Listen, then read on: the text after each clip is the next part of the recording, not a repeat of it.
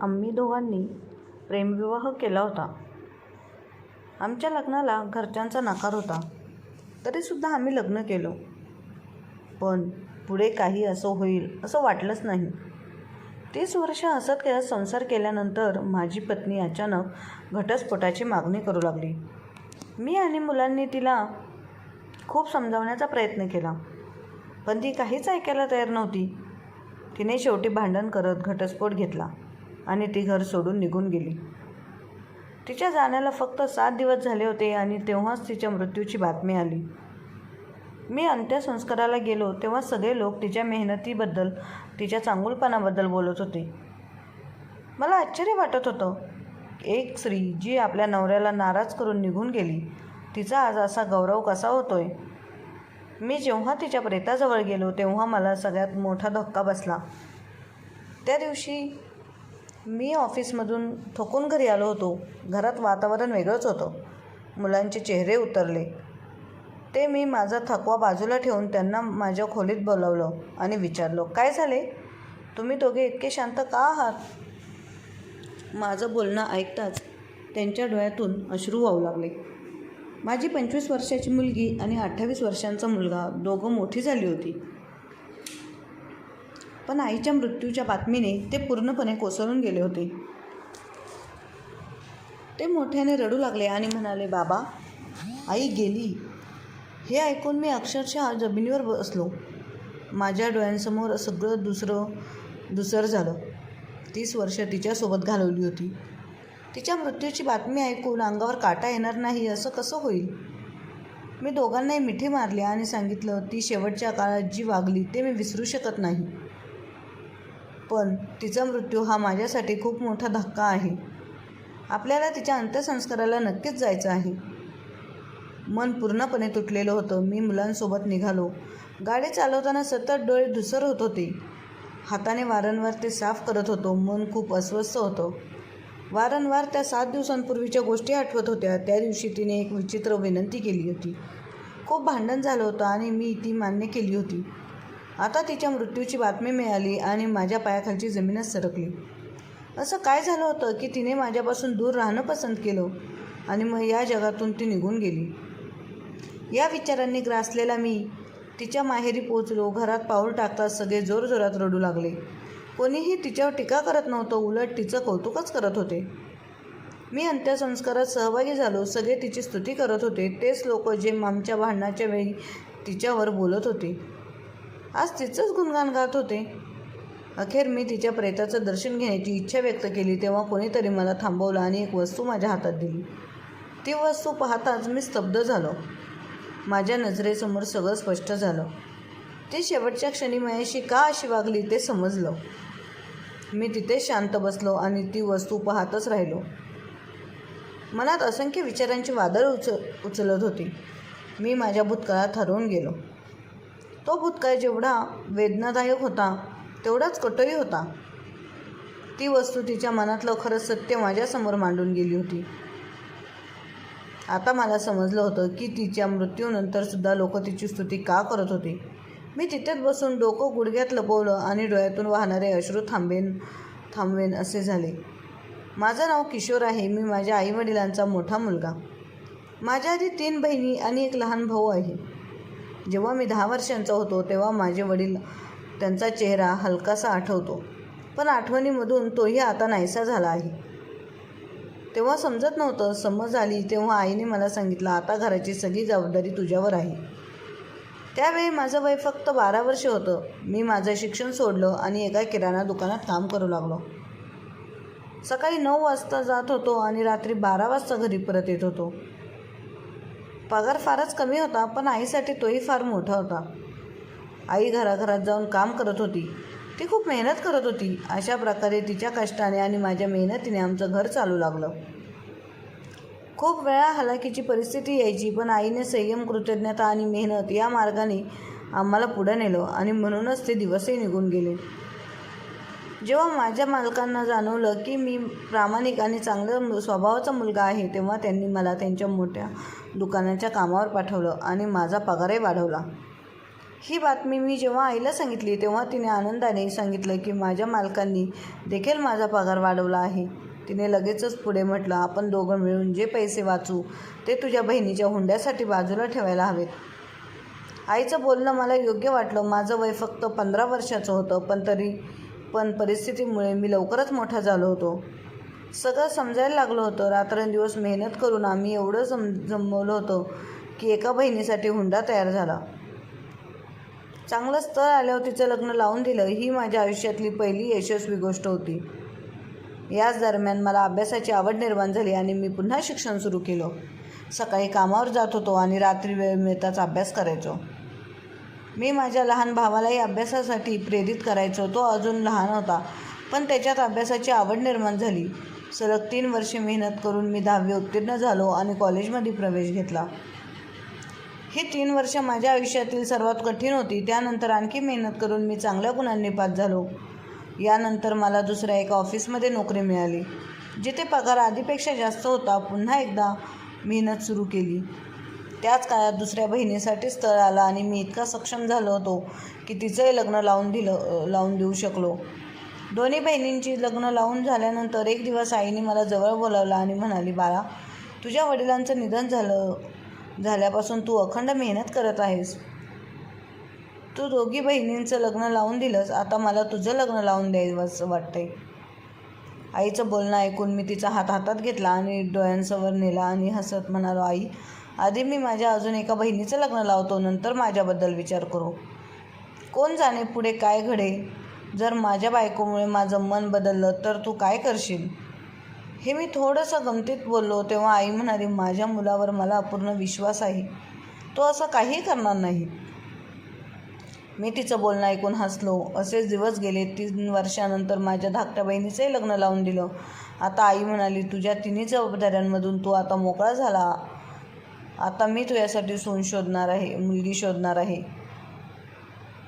तेव्हा माझं वय 27 वर्षाचं होतं. आईने मुलगी पाहायला सुरुवात केली आणि अशाच वेळी पूजा माझ्या आयुष्यात आली.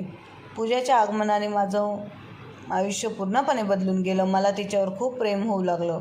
ती प्रेमळ होती आणि प्रत्येकाच्या मनात आपली जागा निर्माण करणारी मुलगी होती. तिने घराची जबाबदारी आपल्या हातात घेतली आणि आईला विश्रांती मिळवून दिली. पूर्वी आई माझ्यासोबत काम करत होती, पण आता त्याचं वय झालं होतं म्हणून त्यांनी विश्रांतीला प्राधान्य दिलं. या सगळ्यात पूजाने मला पूर्ण साथ दिली. ती शिकलेली होती आणि घर व्यवस्थित सांभाळायला तिला चांगलं जमत होतं. मीही निर्धास्तपणे कामावर जात होतो. आई विश्रांती घेत होती आणि लहान भाऊ शिक्षण घेत होता. त्याच्या शिक्षणाचा खर्च मी उचलत होतो. पूजा संयम, सहनशीलता आणि प्रेमाचं मूर्त स्वरूप होती. तिच्या येण्यामुळे माझं आयुष्य खऱ्या अर्थाने बदललं. मात्र लग्नानंतर 3 महिन्यातच माझ्यावर ऑफिसमध्ये भ्रष्टाचाराचा आरोप लागला आणि मला नोकरी गमवावी लागली. मी कोसळून रडलो. तेव्हा माझ्या पत्नीने माझ्या खांद्यावर हात ठेवत म्हटलं, जबाबदाऱ्या वाटून घेण्यासाठी माझा खांदाही आहे. मला शिवणकाम चांगलं जमतं. आपण दोघं मिळून घर चालवूया.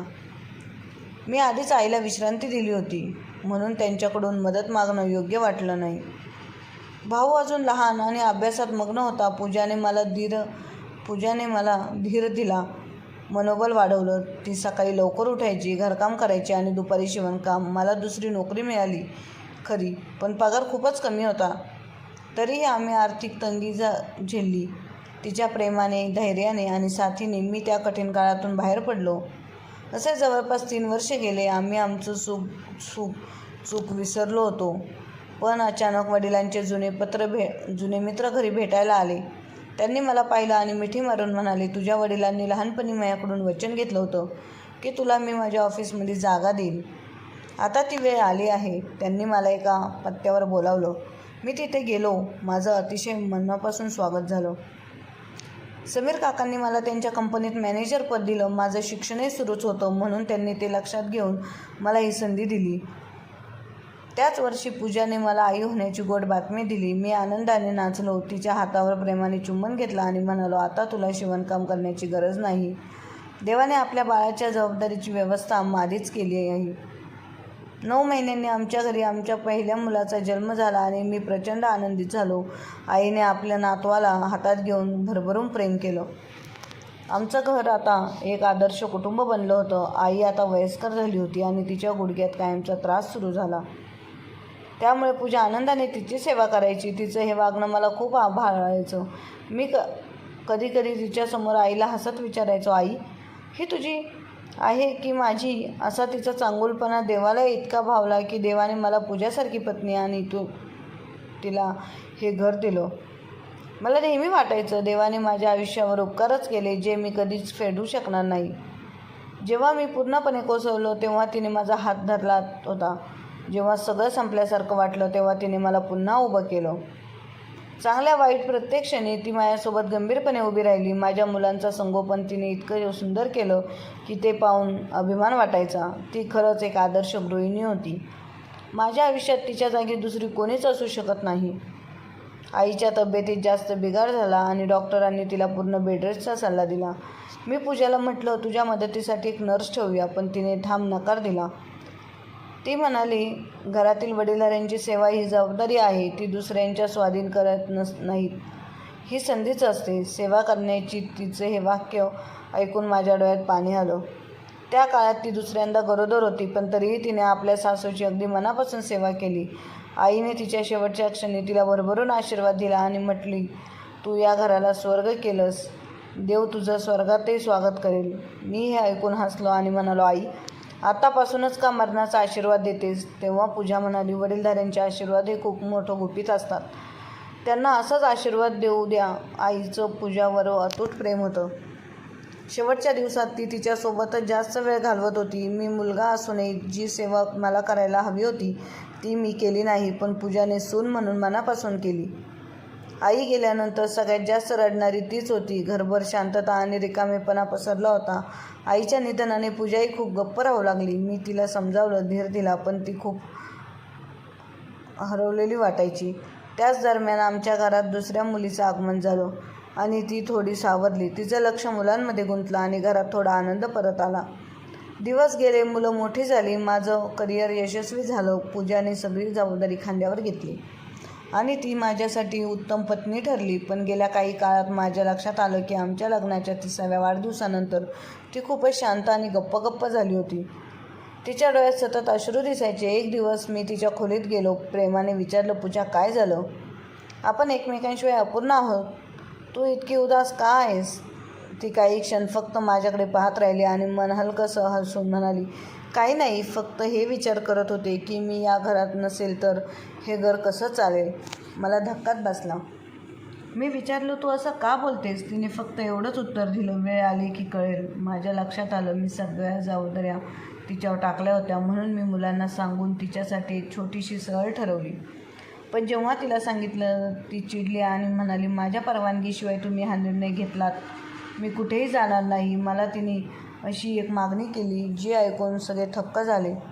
ती रडू लागली आणि म्हणाली, लग्नाला 30 वर्षे झाली. मी खूप त्याग केला. आता मला माझं स्वतंत्र आयुष्य जगायचं आहे. मी तुम्हाला आयुष्यात प्रत्येक आनंद दिला, प्रत्येक क्षण तुमच्यासोबत घालवला. आता माझी एक शेवटची इच्छा आहे. मी तुमच्यापासून घटस्फोट घेऊ इच्छिते. हे ऐकून मी जागेवर स्तब्ध झालो आणि एकदम खाली बसलो. मी कठोर आवाजात तिच्याकडे पाहून म्हणालो, पूजा तू शुद्धीवर तर आहेस का? तू काय बोलते आहेस? तिने अश्रू पुसले आणि शांतपणे उत्तर दिलं, हो, मला पूर्ण शुद्ध आहे. आता मी तुमच्याजवळ राहून माझं आयुष्य अजून उद्ध्वस्त करू शकत नाही. आयुष्यातल्या आनंदावर काही हक्क नाही का माझं? संपूर्ण आयुष्य मी आधी तुमच्यासाठी, मग तुमच्या आईसाठी आणि नंतर मुलांसाठी वाहून टाकलं. माझं स्वतःचं अस्तित्व उरलं नाही. आता मला माझ्यासाठी जगायचं आहे आणि त्यासाठी गरज आहे की मी तुमच्यापासून वेगळी होऊन स्वतःचं आयुष्य जगावं. मी पुढे सरसावून तिला मिठी मारायचा प्रयत्न केला आणि म्हणालो, तुझी तब्येत ठीक नाही आहे. मी तुला औषध आणून देतो. तू जर डिप्रेशनमध्ये असेल तर तू पूर्णपणे माझी साथ दे, पण स्वतःला माझ्यापासून असा दूर करू नकोस. मुलं आता मोठी झाली असली तरी त्यांना आईवडिलांची गरज कायमच असते. तू असं कसं विचार करू शकतेस? तिने स्वतःला माझ्यापासून दूर केलं आणि म्हणाली, जेव्हा मी संपूर्ण आयुष्य तुमच्यासाठी झिजवलं तेव्हा सर्व काही ठीक होतं, पण आता मी माझ्यासाठी काही मागत आहे तर तुम्हाला ते वाईट वाटते. माझ्या त्यागाचंच हे फळ मिळालं का? ती 3 दिवस सतत माझ्याकडे एकाच मागणीसाठी विनवणी करत होती. त्या 3 दिवसात मी जणू काही विस्तवावर चालत होतो. मला समजतच नव्हतं की ती असं का म्हणत आहे. जेव्हा मी तिला कारण विचारायचो ती म्हणायची, ते हे गुपित आहे. माझं आणि माझ्या देवाचं आहे. मला इथेच राहायचं नाही. तुम्ही का जबरदस्तीने थांबवत आहात? मी तिला समाजाची भीती दाखवली. म्हणालो, लोक काय म्हणतील? लग्नाला 30 वर्षे झालीत आणि आता घटस्फोट. लोक तुझ्या चारित्र्यावर बोटं ठेवतील. तुला माझ्याबद्दल काही तक्रार असेल तर सांग, मी दूर करतो, पण अशा पद्धतीने मला सोडू नकोस. तिचं हे बोलणं ऐकून माझं डोकं सुन्न झालं. जर मी त्यावेळी नीट लक्ष दिलं असतं तर लक्षात आलं असतं की ती पूर्वीपेक्षा अधिक कमकुवत झाली होती. तिच्या डोळ्यांखाली काळी वर्तुळे होती. ती सतत डोक्यावर ओढणी घेत असे आणि दिवसगणिक खंगत चालली होती. जर मी तिच्या शब्दांपेक्षा तिच्या शरीरस्थितीकडे लक्ष दिलं असतं तर कदाचित काहीतरी समजलं असतं. मुलांनीसुद्धा याकडे माझं लक्ष वेधलं होतं, पण मी फक्त तिला थांबवण्याचा प्रयत्न करत राहिले.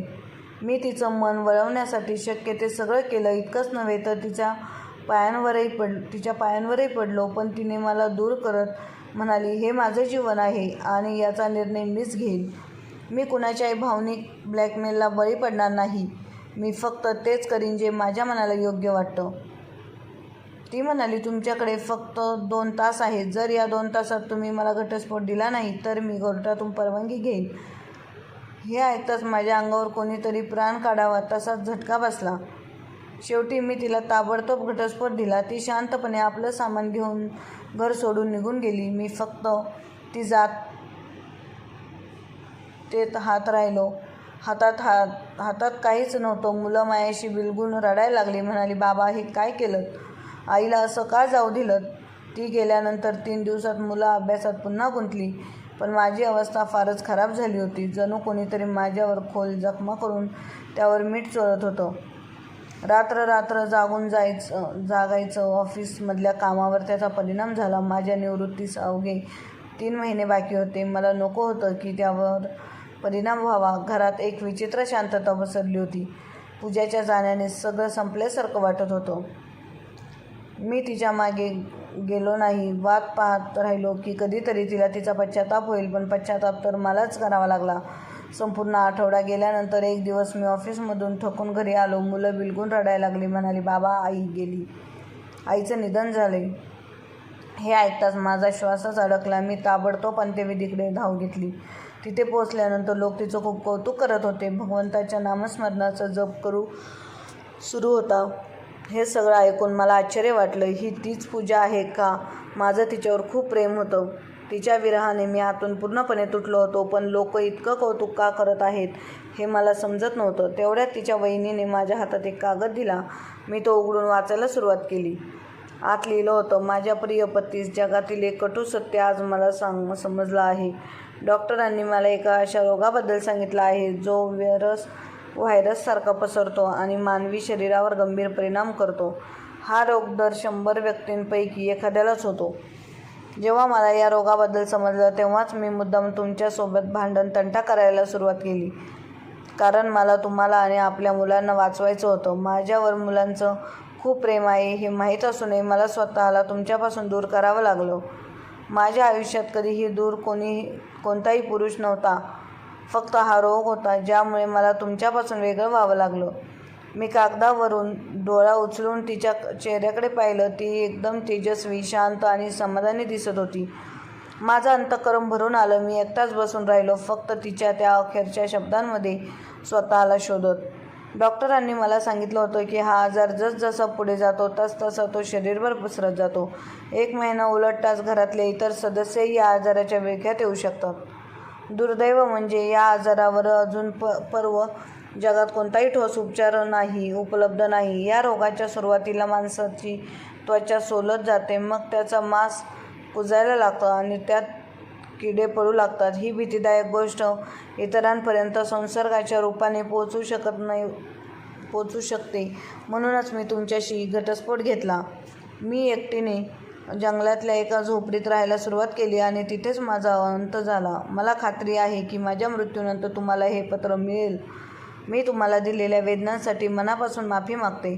कदाचित या वेदना आयुष्यभर सोबत राहतील, पण माझ्या अंतःकरणातून अशी प्रार्थना आहे की देव लवकरच या दुःखाच्या क्षणांना तुमच्या जीवनातून दूर करेल. या जगातून निघून जाण्याचा आता 3रा दिवस आहे आणि मी हे पत्र लिहित आहे. आशा आहे की ते तुम्हाला मिळेल आणि तुम्ही मला माफ कराल. हे पत्र वाचतात माझ्या धरण राहिलं नाही. मी जोरजोरात रडायला लागलो. माझ्या रडण्याचा आवाज ऐकून सगळे लोक जमले. जेव्हा त्यांनी पाहिलं की मी माझ्या बायकोच्या मृतदेहावर डोकं ठेवून रडत आहे, तेव्हा त्यांनी आमच्या नशिबावर हळूहळू व्यक्त केली. मी जेव्हा मुलांना ही सगळी गोष्ट सांगितली, तेव्हा तेही पुटपुटत रडायला लागले. ते म्हणाले, आई आमच्या सगळ्यांच्या जीवाला वाचवण्यासाठी स्वतःला आमच्यापासून वेगळं करून गेली. तिने आम्हाला तिची सेवा करायची संधी दिली नाही आणि पुन्हा एकदा आमच्यासाठी स्वतःचा जीव दिला. काश तिने आम्हाला सांगितलं असतं तर आम्ही काहीतरी केलं असतं. तेव्हा मला उमगलं की माझी पत्नी, जी मला रागावून सोडून निघून गेली होती, तिने आमच्यावर खूप मोठा उपकार केला. कदाचित याच त्यागासाठी देवाने तिचं नाव प्रेमाने आठवण्याचं लोकांमध्ये समाविष्ट केलं. आता मी दररोज स्मशानभूमीत जातो. तिथे तिच्या आठवणीत ताजं फुल घेऊन तिच्याशी बोलतो. मी तिला सांगतो, तू जरी या जगात नसशील तरी मी स्वर्गात तुझी वाट पाहत आहे. आपण स्वर्गातही एकत्र राहू. या जगात 30 वर्ष तिच्यासोबत घालवल्यानंतर तिच्यापासून वेगळं होणं माझ्या आत्म्याला अस्वस्थ करत होतं. आता माझ्या आयुष्यात ती सगळी जबाबदारी पूर्ण झाली आहे. आता फक्त तुझ्यापर्यंत पोचायचं तेवढं बाकी आहे. तुझ्यापर्यंत, जी आपल्या कुटुंबासाठी स्वतःचा प्राणही सहजपणे देऊन गेली. देवा माझ्या पत्नीला स्वर्गात सर्वोच्च स्थान दे.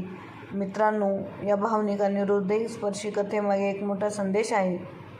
खरं प्रेम निस्वार्थ असतं. आपल्या प्रिय व्यक्तीच्या भल्यासाठी कुठलाही त्याग करायला ते मागे पुढे पाहत नाहीत. आपल्या जवळच्या व्यक्तींनी दिलेल्या प्रेमाची, त्यागाची वेळेवर जाणीव करून देणं खूप महत्त्वाचं असतं. कारण अनेकदा त्या आपल्या सोबत नसल्यावरच त्यांच्या भावनांची आणि वेदनांची जाणीव होते.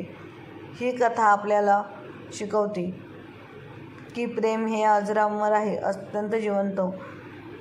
मृत्यूच्या पलीकडे हे जिवंत राहतं. मित्रांनो, ही कथा तुम्हाला आवडली असेल तर मला आशा आहे, जर तुम्हाला आवडली असेल तर आपल्या चॅनलला लाईक शेअर सबस्क्राईब नक्की करा. धन्यवाद.